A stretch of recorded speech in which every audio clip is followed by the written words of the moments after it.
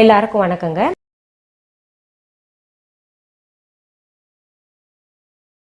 இன்னைக்கு பார்த்தீங்கன்னா உங்களுக்கு நல்ல ஒரு கிரேவி சொல்லி தர போகிறேங்க. Spicy gravy. தலைப்பு பேரே பார்த்தீங்கன்னா ஸ்பைசி ஆலு. ரொம்ப சுவையாக இருக்கும். நம்ம இப்போ அரைப்பதற்கு தேவையான பொருட்கள் என்னென்னு முதல் பார்த்துடலாம். கொப்பரை தேங்காய் 2 டேபிள் ஸ்பூன் துருவி வச்சுருக்கேன்.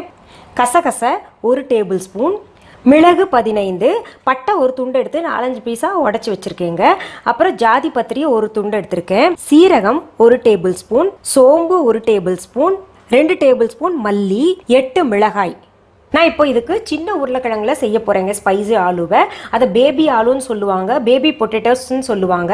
அது தோல் நீக்கி வச்சுருக்கேன். இப்போ அந்த பேபி ஆலூஸ் பொட்டேட்டோஸ் என்ன பண்ணும், நம்ம முதல் அலசிட்டுங்க. இப்போ பாருங்கள், இப்போ பார்த்தீங்கன்னா நமக்கெல்லாம் எக்ஸ்பீரியன்ஸ் இருக்குது. தோல் நீக்கிறது என்ன சொல்லித்தர போகிறீங்களே அப்படின்னு நீங்கள் நினைப்பீங்க. பட் புதுசாக சமைக்கிறவங்கெல்லாம் நிறைய பேர் பார்க்குறாங்க இந்த ரெசிபீஸ் எல்லாம். அதனால் இந்த தோல் நீக்கிறது இந்த கத்தியை வச்சு இப்படி மேலாக எல்லாத்தையும் நீக்கிடணும். இப்போ கொஞ்சம் கொஞ்சம் அங்கங்கே இருந்தால் கூட பரவாயில்ல, ஏன்னா அப்போ தான் டேஸ்ட்டாக இருக்கும். இது அப்படியே பட்டும் படாமலும் இருக்கணும். இப்படி இதை பார்த்தீங்கன்னா திரும்ப அலசிக்கோங்க. இப்போ நம்ம மொதல் ஸ்டெப் என்னன்னு பார்த்துடலாம். இது செய்கிறதுக்கு ஒரு பேன் எடுத்து அடுப்பில் வச்சுக்கலாங்க.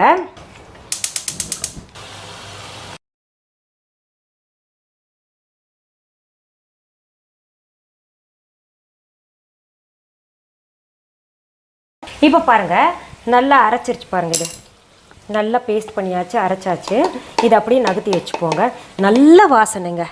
இந்த அரைச்ச மசாலா பொருட்களை தனியாக எடுத்து வச்சுட்டேங்க. இப்போ நம்ம மொதல் பார்த்த பொருட்கள் எல்லாம் பார்த்திங்கன்னா மசாலா அரைப்பதற்கு. இப்போ பார்த்திங்கன்னா உங்களுக்கு இன்னும் சில பொருள்கள் சொல்ல போகிறேன். அது எதுக்குன்னா, நம்ம ஸ்பைசி ஆலு செய்யறதுக்கான அடிப்படை கிரேவின்னு ஒன்று இருக்கு இல்லையா, அந்த கிரேவிக்கு என்னென்ன தேவைன்னு பார்த்துடலாமா.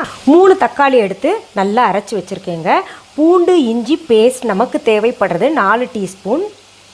பிரியாணி இலை 2, சீரகம் 2 டீஸ்பூன். ஒரு பெரிய வெங்காயம் எடுத்து நல்லா பொடி பொடியாக நறுக்கி வச்சுருக்கேங்க. சோம்பு 2 டீஸ்பூன். பெருங்காயத்தூள் 1/4 டீஸ்பூன். கிராம்பு 6, பட்டை ஒரு துண்டு எடுத்து உடச்சி வச்சுருக்கேன். பால் 1/4 கப் எடுத்துக்கோங்க. உப்பு தேவையான அளவு, சும்மா 1 டேபிள் ஸ்பூன் அளவு ஊற்றிக்கலாங்க.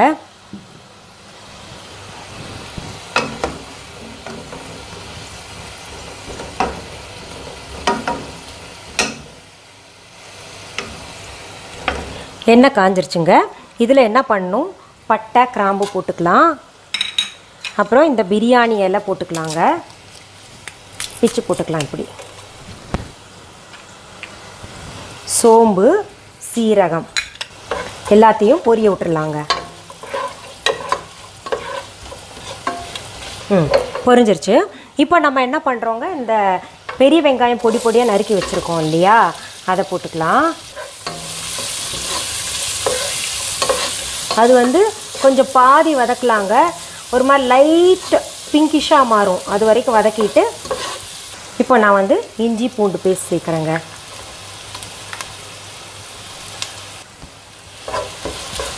பச்சை வாசனை போகிற வரைக்கும் நம்ம வதக்கிக்கலாம்.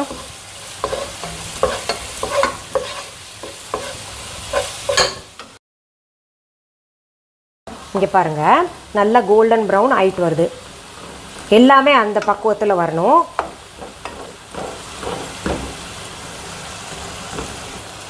இன்னும் கொஞ்சம் வேகட்டும். இப்போ பாருங்கள், இது நல்லா பச்சை வாசனை போயிடுச்சுங்க. இங்கே மணம் வருது.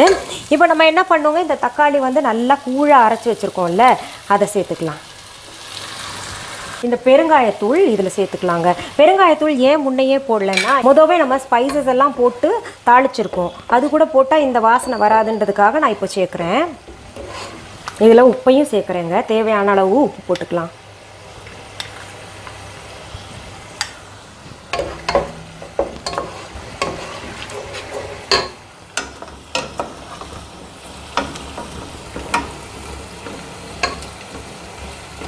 இப்போ பாருங்கள், தக்காளி நல்லா நம்ம போட்ட நேரத்தை விட பச்சை நிறம் போயிட்டு நல்ல நிறமாக மாறி இருக்குது, டார்க் ஆகிருக்கு இல்லைங்களா. இப்போ அடுத்தது நம்ம இதில் என்ன பண்ணணும், நம்ம அரைச்சி வச்ச மசாலா பொருட்கள் எல்லாத்தையும் சேர்க்கணுங்க. அதையும் சேர்த்துட்டு நல்லா பச்சை வாசனை போகிற வரைக்கும் வதக்கணும். பாருங்கள், இப்போ இந்த மசாலா போட்டிருக்கோம்ல அந்த தக்காளி கூழ் கூட, இப்போ என்ன பண்ணணும், இது நல்லா கலந்து விட்டுறலாங்க. அது நல்லா எண்ணெய் பிரிகிற வரைக்கும் நம்ம அப்படியே விட்டுறலாம். இது இப்போது மூடி போட்டு மூடி வச்சிடலாங்க. இப்போ என்ன பண்ணலாங்க, நம்ம இந்த கிழங்கு சரியான பதத்தில் வந்திருக்குங்க, கோல்டன் ப்ரௌன் வந்துருச்சு. நான் அடுப்பை அணைச்சிட்டேன். இப்போ என்ன பண்ணலாம், நல்லா அங்கேயே எண்ணெய் இருத்தி, இங்கே பாருங்கள், இப்படி நல்லா எண்ணெய் இருத்தி இந்த ஆயில் அப்சார்பன் பேப்பர் வந்து நம்ம வடிகட்டியில் வச்சுட்டு இப்படி போட்டுடலாங்க.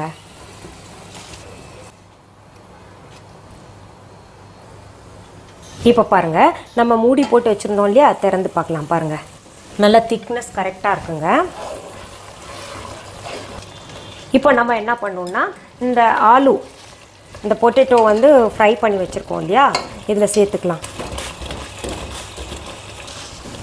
அடுத்தது என்ன பண்ணலாம், இந்த பால் வச்சுருக்கோம் இல்லைங்களாங்க, தண்ணி ஊற்றக்கூடாது, நம்ம பால் தான் சேர்த்துக்கணும்.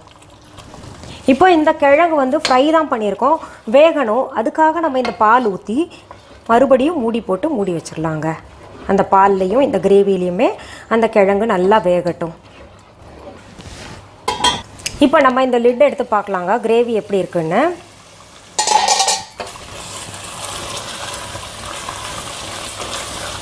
சரியான பதத்தில் இருக்குங்க.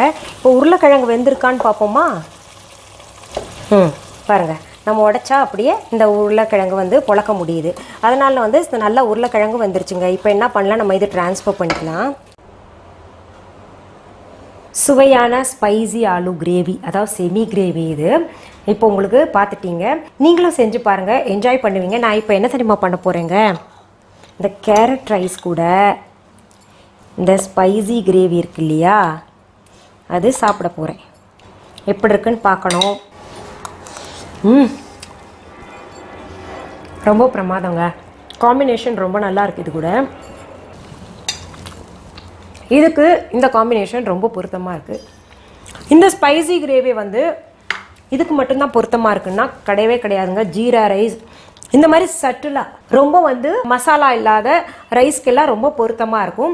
இன்னொன்று சப்பாத்தி வெரைட்டிஸ்க்கு வந்து ரொம்ப பொருத்தமாக, பிளேன் சப்பாத்தி, ஃபுல்கா ரொட்டி, அதுக்கெல்லாம் ரொம்ப நல்லாயிருக்கும். நீங்களும் செஞ்சு குழந்தைங்களுக்கும் கொடுங்க. நீங்கள் கேட்ட மாதிரி லஞ்ச் பாக்ஸ் ரெசிபி வந்து உங்களுக்கு ரெடி பண்ணி கொடுத்துட்டேன் இல்லையா. மீண்டும் சந்திக்கலாமா?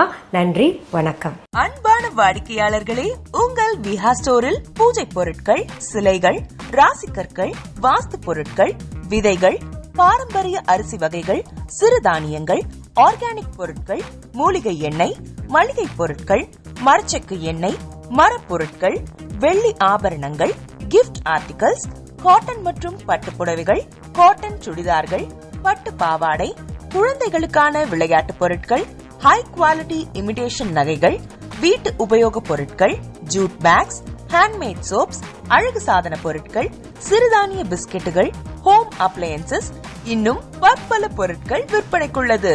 விஹா ப்ராடக்ட்களை நீங்கள் வாங்க விரும்பினால் அது எங்களுடைய viha.online வெப்சைட் மற்றும் சென்னை ராஜா அண்ணாமலைபுரத்தில் உள்ள எங்கள் விஹா ஸ்டோரில் மட்டுமே கிடைக்கும் என்பதை தெரிவித்துக் கொள்கிறோம்.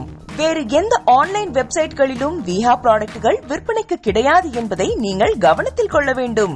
எங்கள் விஹா ஸ்டோரின் விலாசத்தை கண்டறிய கூகுள் மேப்ஸில் விஹா ஸ்டோர் என்று டைப் செய்தால் வழியை கண்டறியலாம். www.viha.online வெப்சைட்டிலும் விஹா ஸ்டோரின் அட்ரஸ் உள்ளது.